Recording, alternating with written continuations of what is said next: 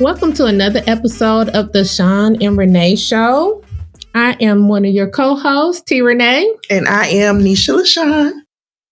Today we will be discussing, is getting it out the mud still respected, or has the scamming taken over? Is it more respected to be a scammer, or are people still getting it out the mud? Are we still fixated on building from the ground up, or we gonna just scam it till we make it? So what do you think? I think for me, I'll say I think getting it out the mud is still respected, because for us on our journey, we've learned so much to the point where we had headaches.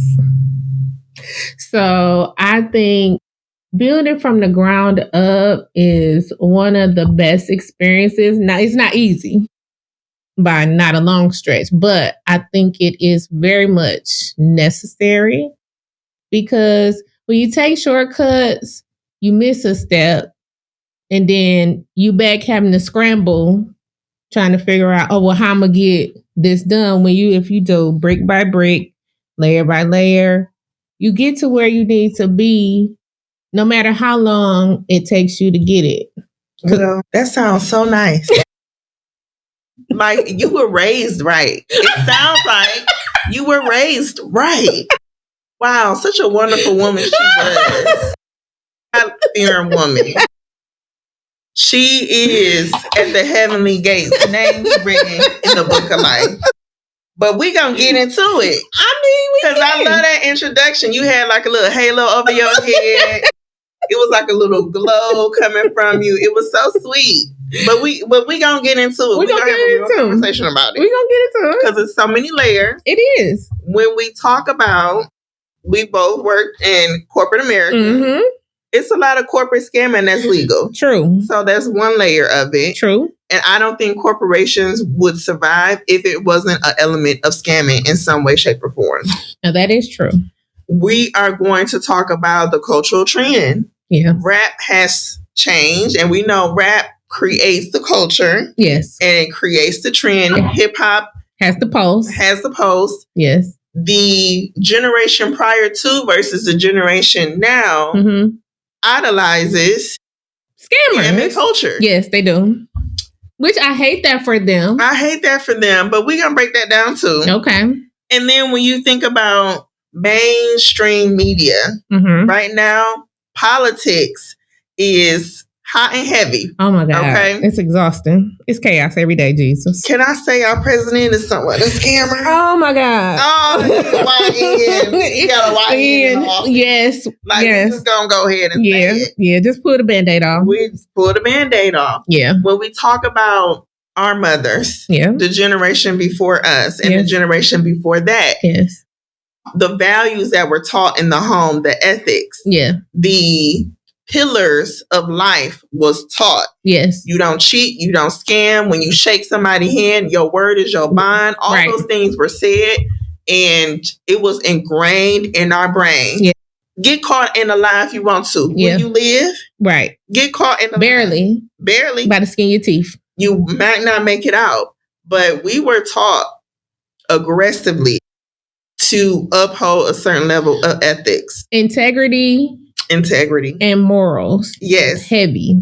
So that's one layer of it. I don't think parents of today outwardly teach their kids that. Correct. And what I mean when I say that is they'll say it out of their mouth, but when it comes to the actions, it don't translate to the actions, right? So you have those kids, they cut up in school, instead of the parent coming in, well, what did you do? Now you going off on the teacher. So what type of impression do you think that gives the kid in the long run? And then if they see their auntie, mama, sisters, and cousins scamming. They like, oh, this is a family trait. And we gonna define scamming to y'all. We gonna define it, because don't just think it's the credit card swiping. And No. we gonna give it to you. We're gonna break it all the way down. Yes. And then we're gonna talk about social media. Yes. Right?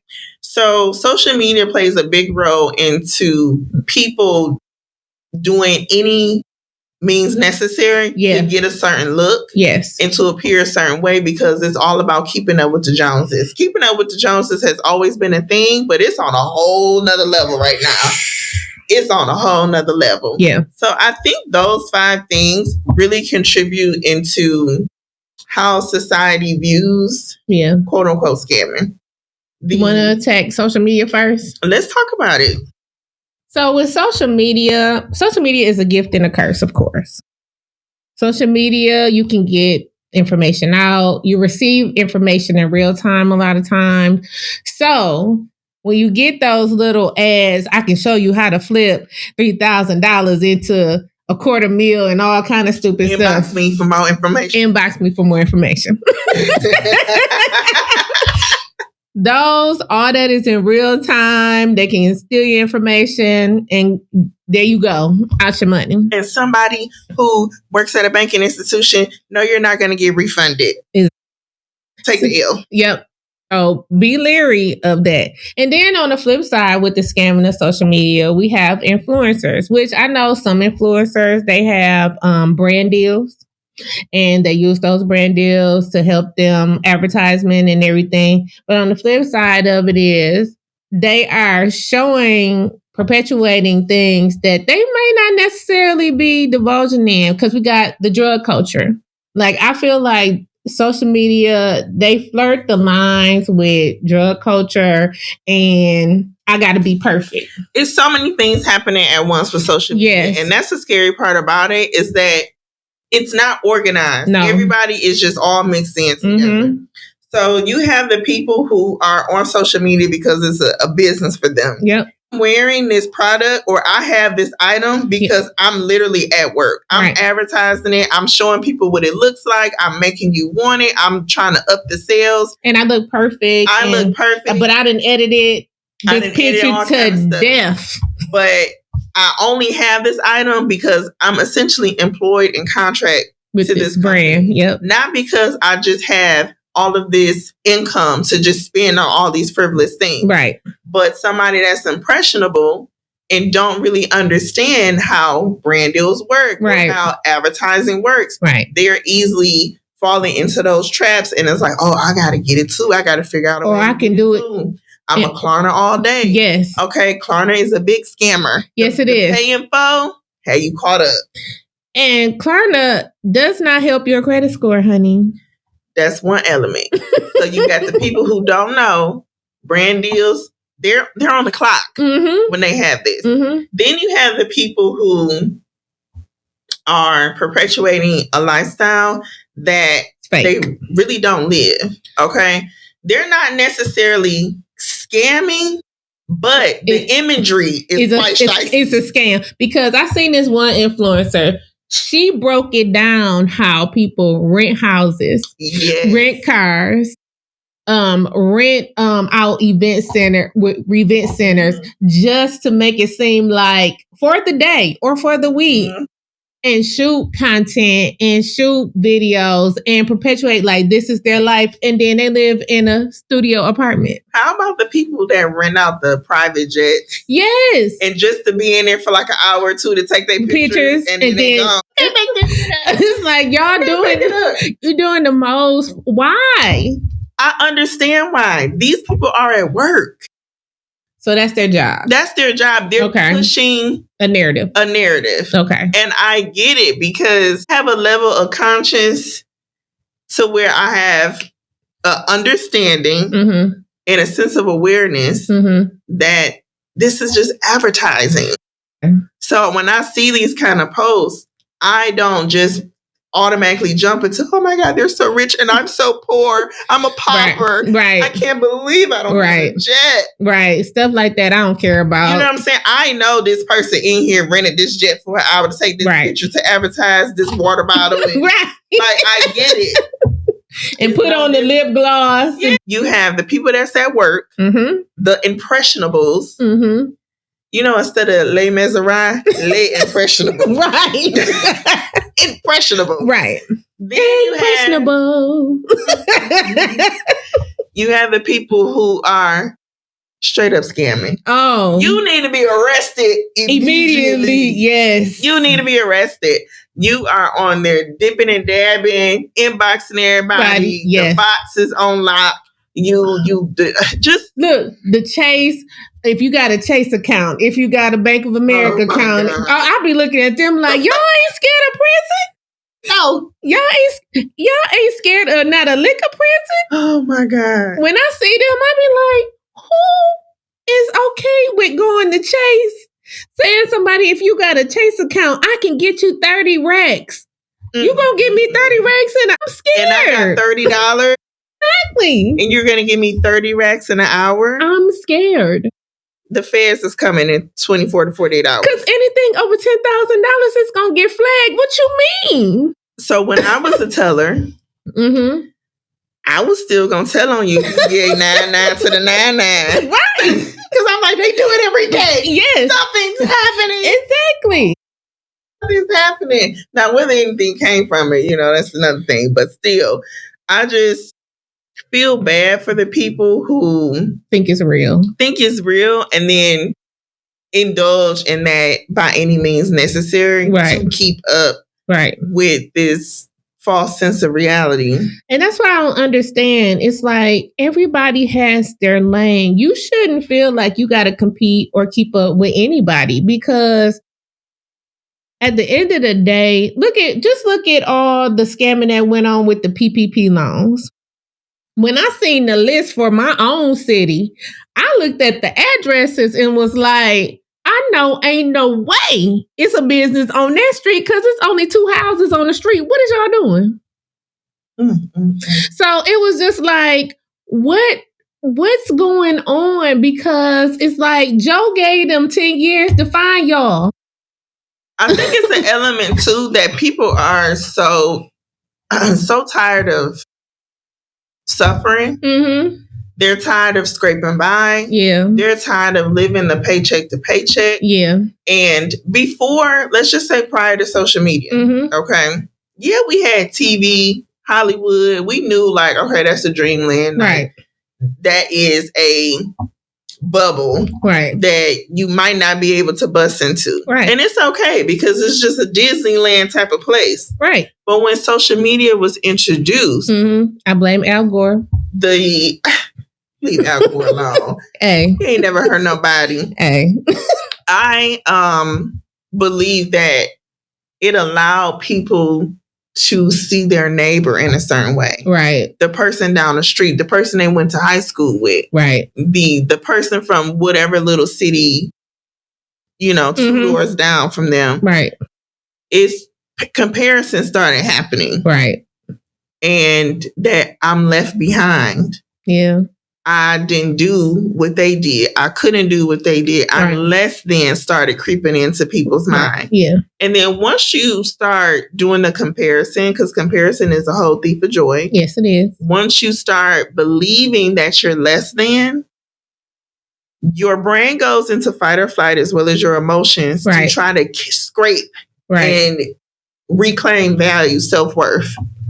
Yeah. So I'm a struggle to reclaim self-worth subconsciously, but your actions outwardly, the fact that you're willing to sacrifice your freedom to scam in order to get that Beamer, Benz, or Bentley, in order to get that jewelry, in order to get that outfit, an outfit, some shoes, a bag, and then you take a picture on social media, and that's the end of it. That's it. That's what blows me. It's like you're trying to impress people who you don't even know. And it's just like you're taking penitentiary chances to impress the public. Why? It should be. This is the thing. I always said this. This is just me. I'm just saying this is just me. If I was a drug dealer. Okay. It will only need to be done because I understand the business aspect of it. Because that's a scam too. Because I know so many D boys that's broke. So them they scamming too. Some of them was scamming within the scam. You done ran off on the plug. Exactly. Oh Lord, you can't even do drug dealing. Right. So you're gonna get hurt and killed. So unalive. But I'm just saying, for the hustle with drug dealing, I'm just gonna use this minor. You only should do that for a period of time. And you should only be doing it if you're moving weight. And when I mean weight, the big stuff. You need to be doing that at the most 3 to 6 months. You make all the money you can make in 3 to 6 months, we gone. Hit your lick. That money should be reinvested to do something else and work for you.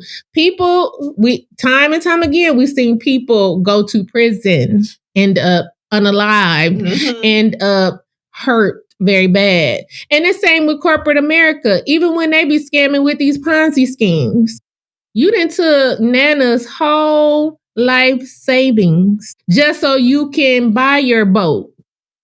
What was the guy's name? Was it Murdoch? Yeah. Okay. Bernie Murdoch. Infamous. Yes. For his scamming and scheming. Yes. And the reason why I wanted to make sure we got into corporate America is because they taught us the rules of the game. Absolutely, they did. They taught us the rules of the game. They did. And they are able to figure out loopholes. And to be honest, the only way that capitalism works is if you have people on the bottom. Right. And then it tears up into that pyramid of that 1%. Right. So the only way it'll work is by taking from the bottom and moving it upward. Right. So, but they do it on the whole different level. So with Ponzi schemes, it's like you don't have no boundaries. You prey on your rich friends. Yep. And the poor people. There are no guidelines with Ponzi schemes. You take Nana's whole life savings and you take your homeboy for a couple million. It's just like there's no boundaries, and it's like they don't even feel bad about it. I didn't see not one person that did a Ponzi scheme sit in court and feel like they did anything wrong. No remorse. None. So it's just like on that level of it with the scamming, it's just like it's no parallels, because even the people that steal out of Ulta and they do it over and over again, they go to jail, they know they stupid, but I can kind of rationalize theirs because they are trying to escape poverty.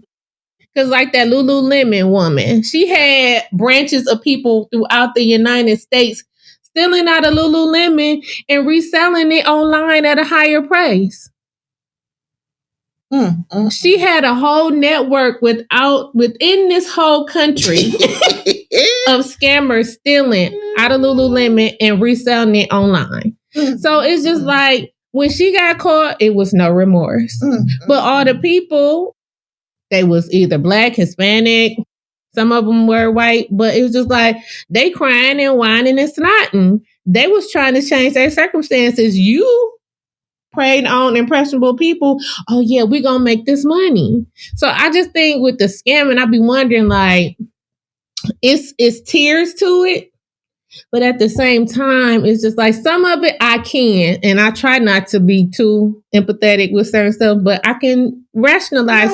Empathy comes from a place of understanding. I see how you could make a decision like that. Right. I see why you would make a decision like that, right? For example, JT of the City Girl, she talked about how she would scam and scheme. Right. But look at what she was going through at the time. Right. What type of life she was living. When you don't know where you're going to lay your head the next day, you don't know where your next meal is coming from. You are in fight or flight. Yeah. You will make decisions that you wouldn't have made had you had other options. Right. But when you go on the other side of the spectrum and you get somebody like a Rudy Murdoch, oh, you are a sociopath. Because why would you want to? What more can you have? Right. You are a multi-millionaire. Right. How many more millions can you have before you're satisfied? Exactly. Tom Girardi. Yes. You mean to tell me you went into law to scam people out of their settlement? Yes. when they were talking about the widows, the children, the families who lost out on money because the person that agreed to represent them. Yep. And be their go-between. And My goodness, it's like, deplorable. Yeah, but how do you sleep? See, I guess my moral compass is like, I can't sleep at night knowing for a fact that I did somebody wrong, especially in those instances when I don't have to. You have a whole law degree, sir. Because it's a difference between I'm surviving, right? Day to day, versus I'm making a conscious decision, even though I don't have to. But I want to eat other people. Yep. I want to eat them alive. Because I can. Yep. It's like a wielding of power. Yes. That's why I say it's kind of like kind of void of feelings. Yeah. When you get to that point to where you have so much, it's once you get to a certain point of millions, you can afford everything. It's not anything that you can't afford at the certain point. Right.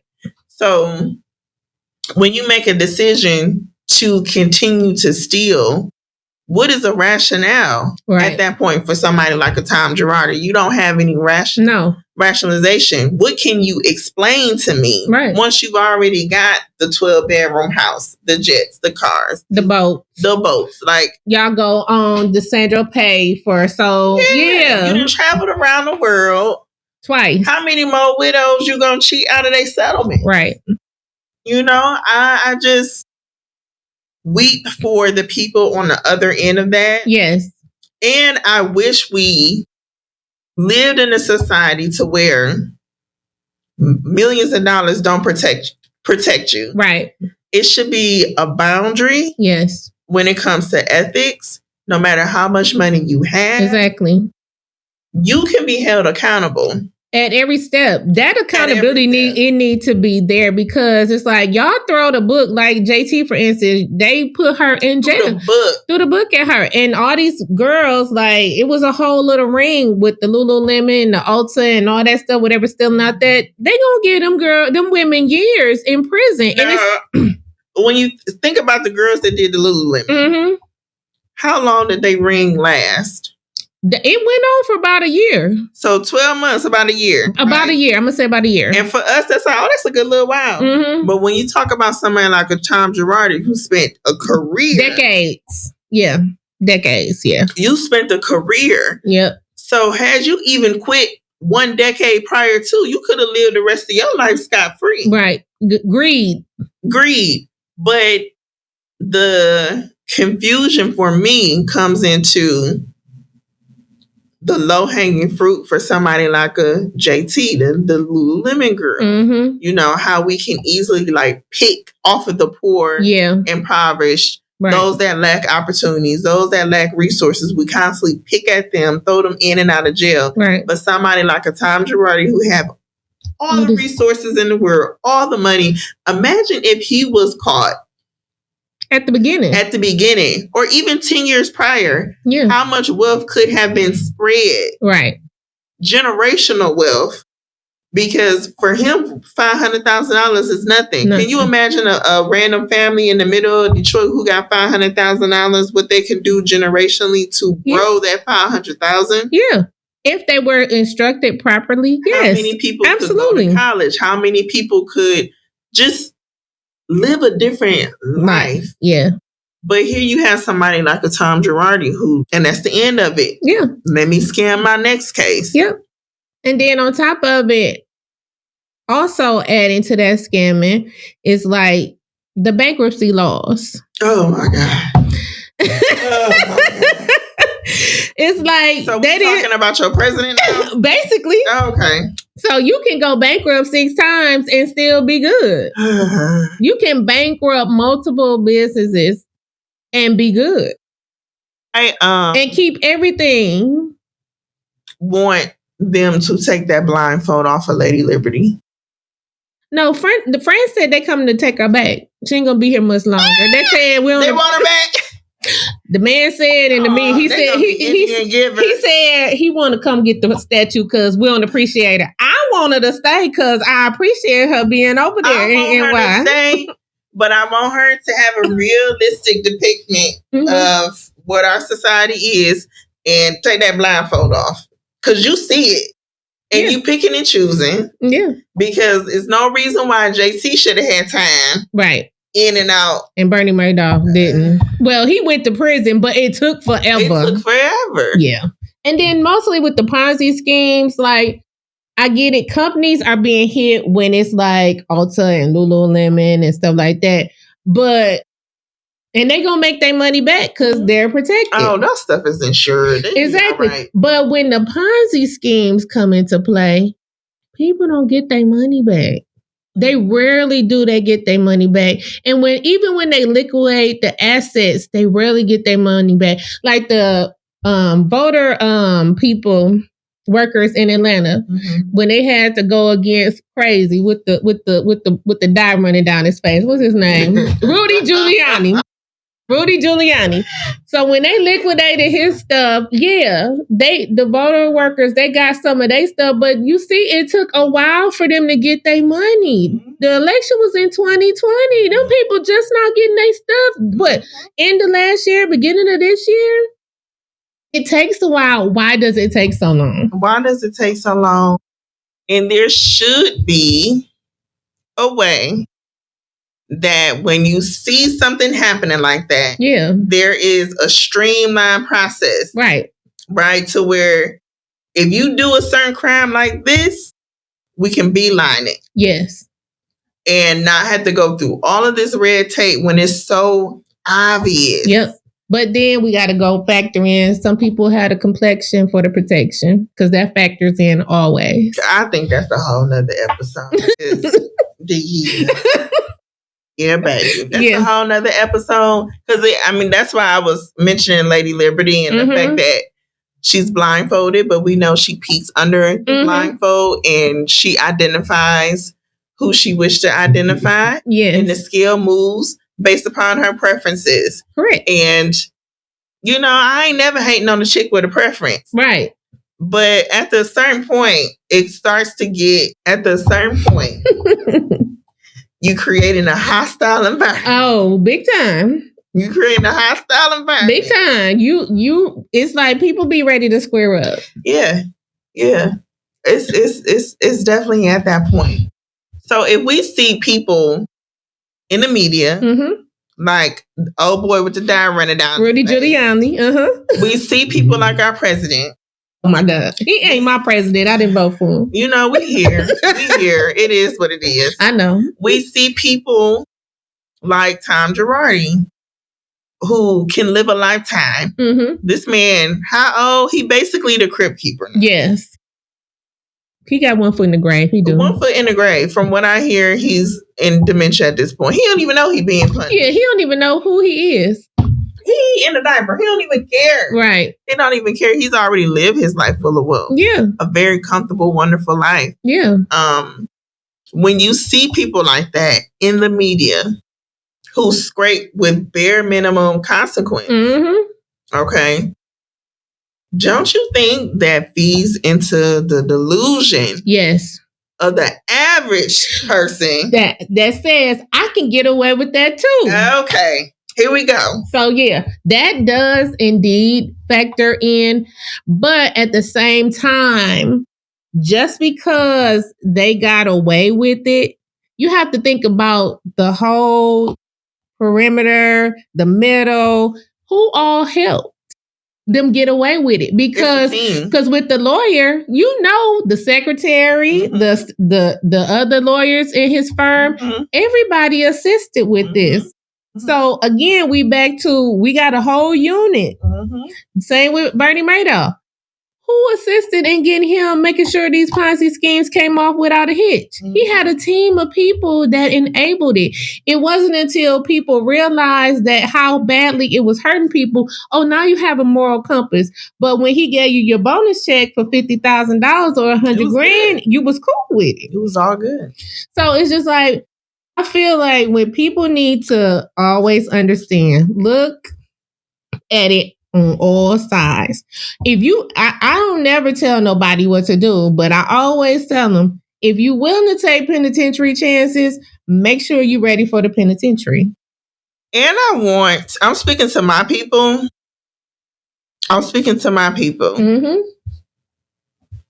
And you know what? I'm gonna even extend some grace to some other, not just my people, but those of us who come from a certain economic background, right? The average economic background. Mm-hmm.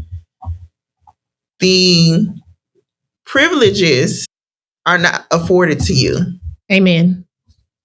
There is an element of intersectionality that income, how much money you have, legacy, yes, pedigree, mm-hmm. the connections, mm-hmm. all of those things contribute to the protection. Right. We have families out here that have generationally ripped off people. Yes.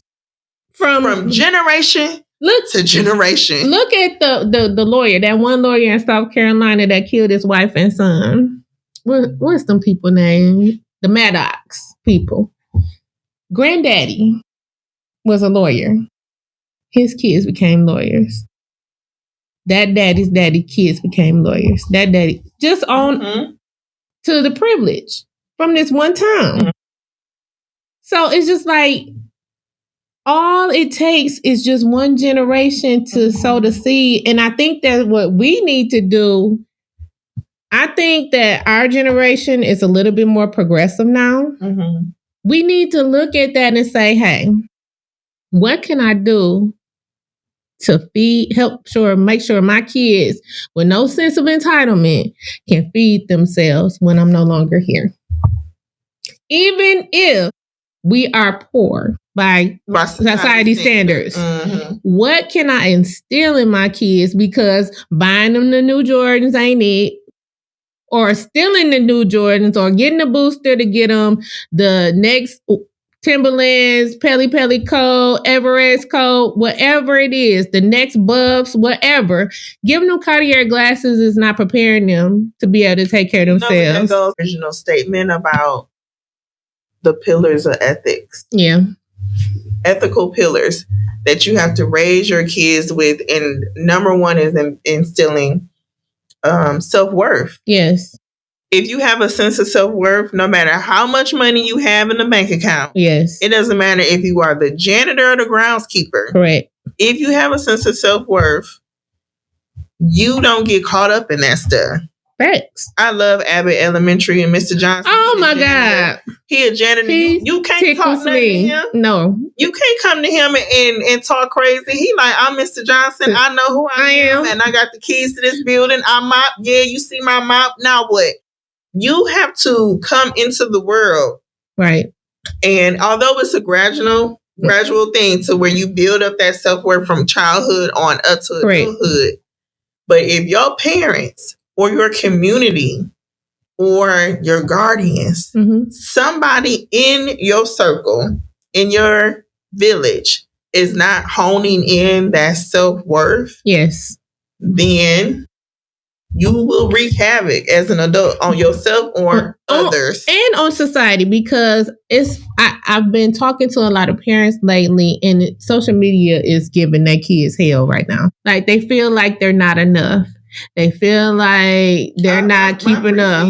My preteen would not have social media. And I'm just like, you got to understand and tell these kids social media is not a real place. Mm-hmm. Now, real things happen in real time on social media, but that's not a real place. Like these people, even if the one little boy that was reviewing toys on YouTube and was making $1 million a year or whatever, okay. But at the same time, you in your life, you got to hone into who you are. Yeah. You can't be him. You are on a different path. It's okay to be yourself. That's what I want people to understand. Mm-hmm. It's okay to be yourself. You don't have to be like nobody else but yourself. Whether you're weird, different, however, just be yourself. That is enough. There's some parents out there that will intentionally get their kids certain things just so they can keep up with the other kids. Facts, yeah. Everybody in the school got Jordans. I got to make sure my baby doesn't get picked on and have these certain kind of shoes. My mama ain't give a damn. Mine didn't either. You wearing these hush puppies This is what you got. Mine didn't either. I don't care. Everybody got a baby fat coat. Okay, when I was growing up, y'all, North Face was not the popular thing to wear. So North Face was very like an old person coat. It was not the cool thing that it is now. However, when I wanted me to get some baby fat coats and all that stuff, my mama like, what? That coat don't even go to your waist. My mama's thing was, first of all, it ain't long enough and it ain't warm. You're not getting it. You're not getting it. She picked up that baby fat coat. She like, this ain't got no lining. And she like, these North Face over here and these Columbias over here. Yes. Thank you, Mama. Because Columbia. Now I know quality. Yes, Columbia for sure. And now I'm able to peep the difference between and I'm not fazed by the trend, but I didn't, even though I went to school and I didn't have the same things as everybody else, there was still the value of self. Absolutely. Yes, I have on these loafers and y'all got on Jordans. But guess what? When I came to that job interview, I didn't come to that job interview with some Jordans. Exactly. I knew how to dress. Exactly. Amen. And I never had Jordans. I had British Knights, Nikes, and Adidas. And I was very fine within myself because my mama was very firm in, as you said, with the coat. I had a Columbia thick coat every winter because my mom was like, one thing you're not going to do, you're not going to freeze on my watch. And you're going to have a coat that's going to come down to your ankles and you're going to have these gloves on.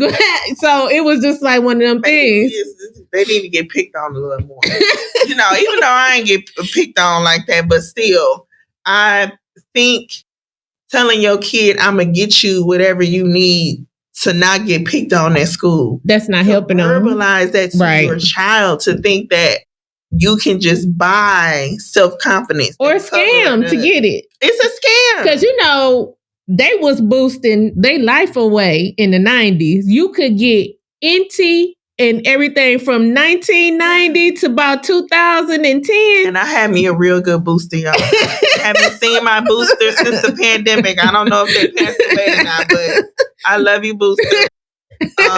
You could get NT and everything from baby clothes to diapers, you name it, the boosters got it for you. Get any and everything.